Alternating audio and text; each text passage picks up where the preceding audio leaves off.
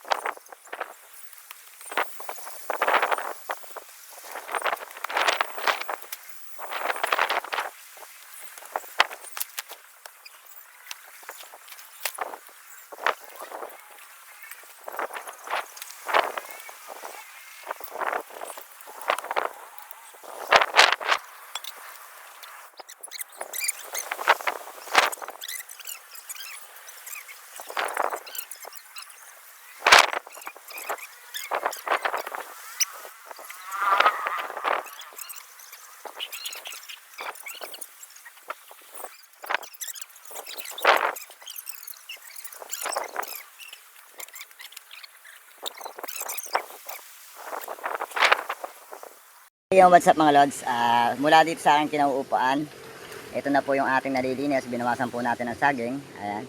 So hindi naman totally tatanggalin natin yung saging. So ganito pong kalawak ang ating munting manukan na ating pinapangarap. So sinatsaga-tsaga po natin kahit paano may tumutulong naman, tulad ng aking panganay na anak, natutulungan naman niya ako. Yun, so kailangan tsagain talaga. Yun, nakikita nyo aking pangalawa, yan. Isa sa mga nakakatulong ko yan dito sa ating simpleng manukan. Oh, bate. Oh, yun. Yan ang aking anak yun yan. Yan ang aking anak na singer. So, ayan. Hanggang dito na lang muna ang videos ni Daddy Lods. At pagod na rin. Kita-kits tomorrow.